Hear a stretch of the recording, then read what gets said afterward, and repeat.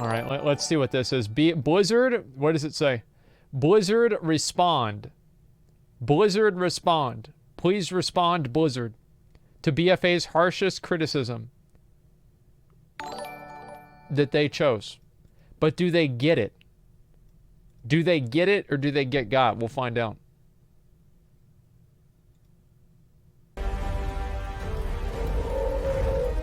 Just want to make one point clear. Bellular is better at editing videos than me. Like, substantially better. I said this before, last video I saw. I want to reiterate that point. He is better than me. Like, I can barely even get, like, 2 frames together. And he's got, like, all this crazy shit going on. It's insane.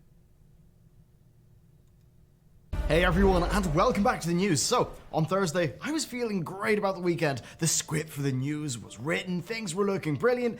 And then I refreshed Twitter. Ian was doing an AMA, it was going down the next day, Friday, and well, there had been a lot of discussion within the community about the state of BfA. Of course, last week I released the first part of my critique. Preach released a video, and others like Soul and Pyro. Sorry, I had to read one comment in chat. Someone said, "World of hairlines." I'm gonna go back into VOD. I'm gonna ban you. Done the same, and all of this followed weeks of increasingly intensifying negative sentiment within the community, which was kind of punctuated by 1 or 2 spicy bugs, the release of Warfronts, and a bit of a communication gaffe. There was a lot to sort through, but ultimately the buck stops with Ian, so he decided that he would take to Reddit. Now, as an aside, with the in-game stuff, I've just got into Arena, and it's awesome. It's really handy for my schedule. The gameplay feels endlessly deep, and it's a lot of fun. So while I'm critical of WoW right now, it's worth bearing in mind I still am actually personally getting quite a lot of enjoyment out of it. But before we get into all that, I have an announcement. I'm going to be at EGX next week in Birmingham, and not as a visitor though. I am exhibiting our game, so if you are around, be sure to hit up our stall. Cool. And yeah, that'll be really cool, and you can see the game. And then in other news, the Master Tier over on Patreon now has an additional thing, and the art is in for this month. So yeah, these are a bunch of fun to put together. You can check them out in the description below, and yeah, you can check that out and hit me up at EGX and see what we've got. So time for the Reddit AMA, and first I've got to explain where I'm coming from, and one of my tweets last night really does that best. So I'm more interested in discussing their design intentions rather than the quality of the execution of those intentions. A lot rides in the execution, I'm not taking that away from them, but I think their real problems are deeper.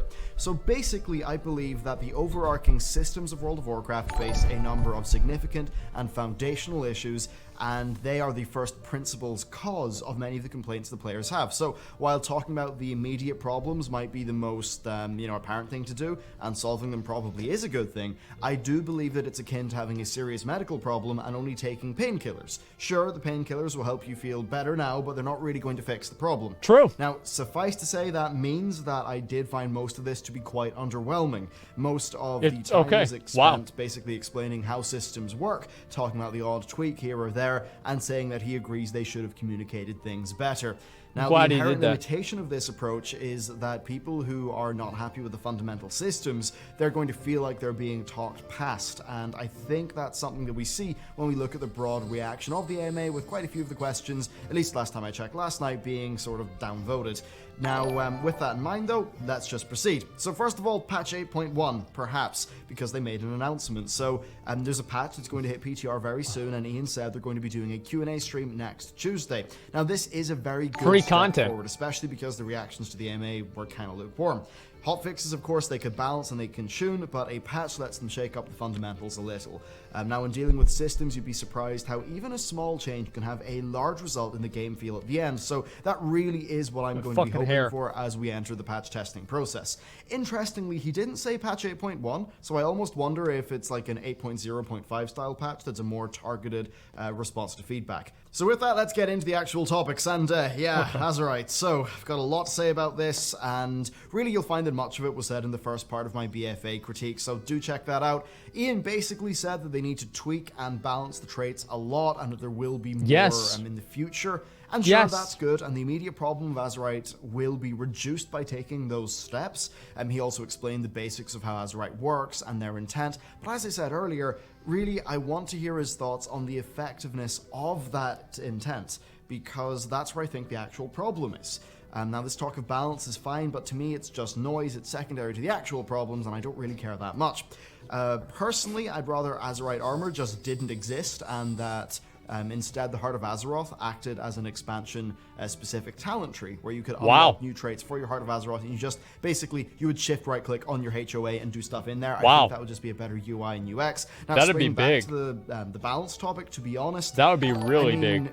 Right, Ian talks about how generally they want you to look at item level and have that be just the main thing, and that kind of makes sense. That's been their line for years. If you're going to boil gear down into one number, you should probably want that number to be accurate in terms of relative power levels. The thing is, they never balance it right. Warlords of Draenor and Legion both had big unbalances with secondary stats, which eroded the meaning of item level, sometimes for specific specs, more than others. And then with Azerite, it's just a joke. Like, a 370 can be worse than a 340.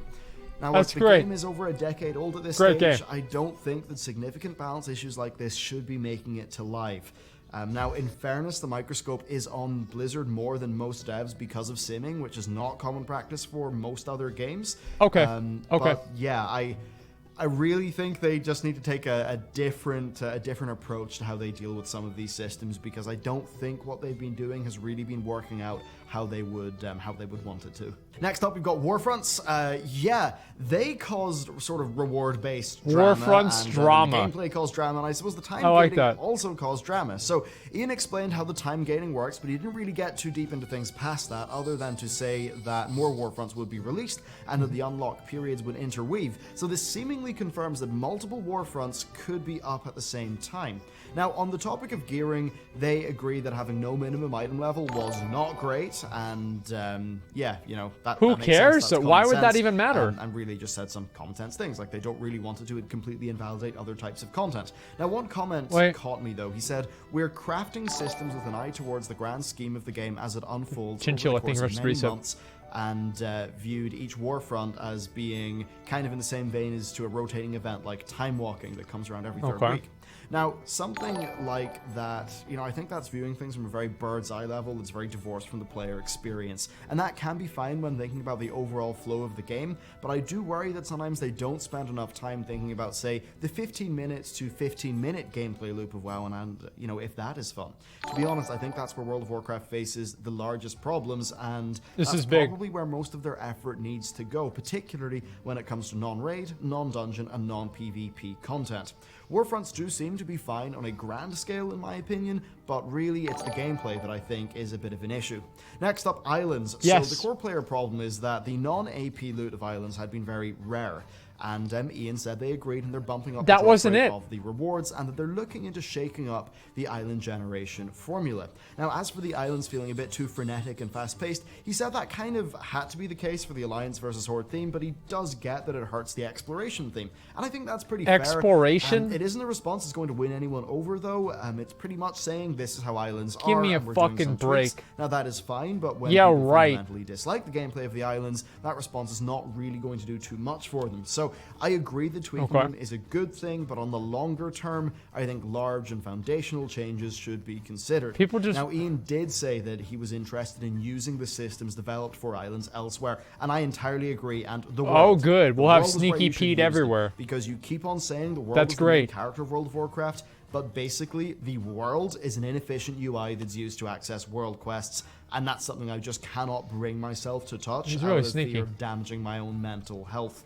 So, you know, especially when games other than World of Warcraft exist, where there's just more fun stuff to do. So I think they need to take a big look at the world, and they really need to think about how they can bring Azeroth to life. And thankfully, some of the tech behind islands, especially the UI or the AI, it's really cool tech. And no I one think cares. If they were to apply that to the world, they could see great benefits for the game. No one cares about that. Content is something that I would be interested in touching. Captain Ambulance, you should 10 gifted subs. Thank you so much, man. Someone asked a question Holy about shit, raid it's like balance. 60 now. That was good and all. Thank you so much, man. Not really super interesting to me because it's not really philosophical in nature, but The OP snuck in a second question about the inter-expansion homogenization of systems. Now, this is my largest personal concern with WoW, and Ian said that he didn't really understand what the question was getting at. Oh, yeah, well, remember this? If you're Ian and you're watching this, or if you're in the WoW dev team, I am going to have a video that basically covers that very soon. I think it's about to go up on Patreon for the next few days, probably will be on the channel next week. Basically, here's the point. If you have expansion-wide systems, then the content that exists within those systems has restrictions in terms of the duration, reward style, or gameplay style and rewards.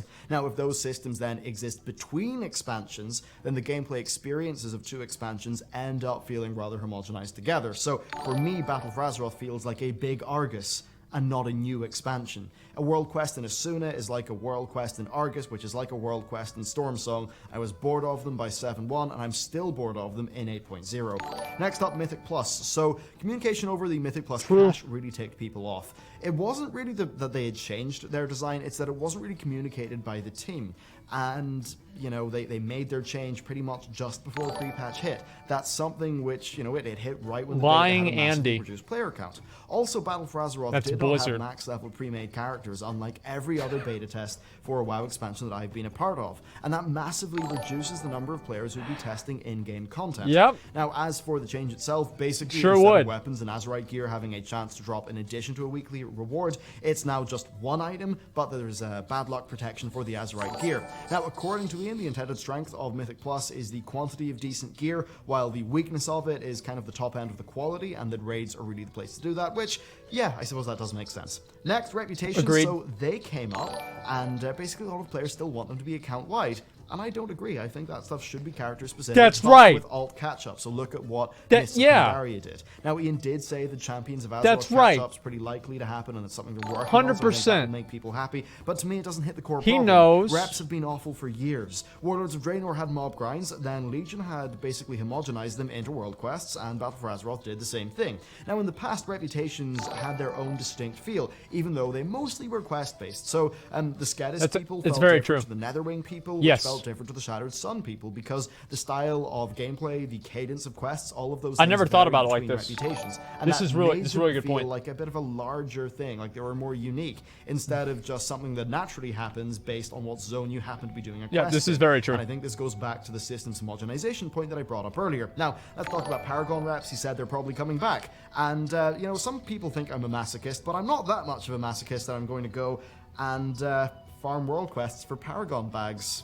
Nope. Not going to touch that. Yeah, who would do that? Talk about time gating. Ian said that the time gating stuff's pretty much there to manage gameplay. Things like weekly lockouts in the past, of course, prevent raiders from raiding infinitely. The same goes for world quests, which are kind of time gated for the same reason. So you get your burst of efficiency for the emissary. Now, Ian was talking mainly about the really sensible sort of time pacing things like that. He didn't really cover warfronts and content releases in the context of time gating.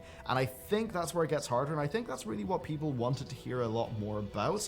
So if we were to go through, say, the Warfront schedule, well, then I think stuff gets a little bit more tricky, because if it's always open to do, then people will run through them really quickly at the start, they'll get sick of them, and they'll abandon them. But if a Warfront is once per week, or, you know, one week out of every 3.5, say, then it feels like an event, and you won't run into that burnout problem as quickly. Now, I think that's an admission that the content of Warfronts just isn't designed to be fun in the long term, and that making them event-based is kind of the best way to get the most out of them. Now, I agree. You know, I don't think that worries about this would have existed, to be honest, if BfA had more of a expansive side to its endgame. So right now it's very progression-focused. There's no equivalent of Suramar or Withered, the Withered scenario. And some of those things would be like the little activities that you would do sort of in between other bits of content. I think if that stuff existed, then people wouldn't be as ticked off about, say, you know, waiting on the bar to go down for the Warfront. Next up, we've got to talk about class balance. So overall, basically, they're trying to give specs to find gameplay niches that they excel in, and you know, just have them be okay in other areas. And that's really worked out great for some specs, but of course, it didn't hit the mark for everything, especially the Shaman DPS specs. Now, from my point of view in beta, they kind of ran out of time, but they did communicate to people that those things are being looked at in 8.1. They ran out of time. That's really what he went over. I think maybe that question would have just on their own release schedule. Maybe he was a little bit more specific about some of the changes that they would like to do. But then in an AMA like this, I do understand how, you know, he can't say too much, because if he does, then it's treated as committal, right? So he can't. I suppose from my point of view, that's why I'd like to hear more about the real underpinning philosophy of things, like a few levels deeper than really what we got into here. So yeah, that's pretty much it for the interesting stuff. To be honest, I am underwhelmed. I'm a bit hopeful for the future though, because right now I'm enjoying playing the arena a lot. But of course, while I recognize the game's really fun for me, I also recognize that's because I've only, I've opted out of the bits that I don't like, and more than ever, so he's only doing arena that I've opted out of. So like, if I was a serious raider, I understand that I wouldn't have the choice to opt out of that stuff. I might feel pressured into doing content that I don't enjoy. As an example, I just don't grind AP. I don't care. But it's not like that for everyone, and that means that not everyone is going to have as fun of a time in World of Warcraft as I am. So I'm trying to like put myself into other people's shoes and kind of empathize with that, because it does sound like a pretty bad situation to be in. So on the whole, look, I do absolutely commend Ian for doing this. Of course, it's not the easy thing to do, and if I had the chance to say something to him, I would say that while I really do appreciate him talking about very immediate problems and explanations of how certain things I know what I was about to say, yes. What I really want to hear about is the underlying philosophy, and maybe an acknowledgement that their current mode of thinking is clearly not working for a broad enough segment of the player base, and I don't feel like those people will have had their concerns really being answered or met. Yeah, so it's fine to talk about short-term tweaks and balances, but I think the game broadly, like, I think the ship is steering in a kind of unhealthy direction a little bit. I think we need a bit of a course correction, and that just requires a different sort of discussion. Now, that's something I'm really going to be covering a lot in my future critique video, which is all about expansion-wide system homogenization and then inter-expansion system homogenization, and how I believe that is leading to a game that is less exciting, inspiring to people, even though if you look at BfA's zones, art, music, some of the storylines, it is, some of the best work they've ever produced. It's just some of those endgame problems. But yeah, if there was one video you were to watch on the channel this month, it would be that upcoming critique one. But yeah, look, here's to 8.1. I wish them the greatest of success with it. I really do. The patch is a big opportunity to improve the state of things. And at the end of the day, as much as I'm critical of the game now, I mean, I'm still covering it for a reason. I still enjoy it. It's still an important part of my life. And obviously, I want that to be as good as it possibly can be. And that's why I'm so focused on doing these critiques. And with the critiques, what I try to do is just lay out what I think in as unemotional a way as I can. Now, of course, I'll spice it up a little bit. I'll say, world quests are bad for my mental health, which I said in this video, which, I mean, yeah, that kind of is how I feel. But in general, my goal is to be a little bit more detached, a little bit, try to be analytical, and try to make sort of points divorced from myself. But yeah, overall, I do, of course, just want to hear what you've got to say about all this, and really what you think they could improve with this expansion, ideally through tweaks to systems that would have a large downstream effect. I think that's a very interesting area for fixes to be happening in. And if you look at games like Destiny 1 and Destiny 2 and the concept of the modern mega patch that really doesn't add a whole bunch of content, but makes important systems tweaks, and how those patches can really revive games, I'd be very interested to hear what you've got to say. So, a big thank you to you for watching this video. I know it was dry and not particularly exciting or fun, but, I think Ian went out there to cover important topics, and it's only right that we kind of talk about the important topics. Anyway, thank you very much for watching this video. You can check out the Patreon stuff for these lovely guys, and with that, I will see you next time. It's a good video. I think I pretty much agreed with all of it. I think the last point that he made was probably the most important point, though. Everything else besides that was kind of like whatever. It didn't really matter. But the point that he... Oh, wow. Check out... Oh, okay, I don't need the eel. I do not need the eel. Check the comments. I mean, they're probably just a bunch of dumbasses, right? I mean, that's generally the people in the comments every time. Holy shit, thank you, Soul Youth. I really appreciate that, man. Thank you, dude. God damn. Carnivorous Slasher. Oh my god. Thank you so much, man.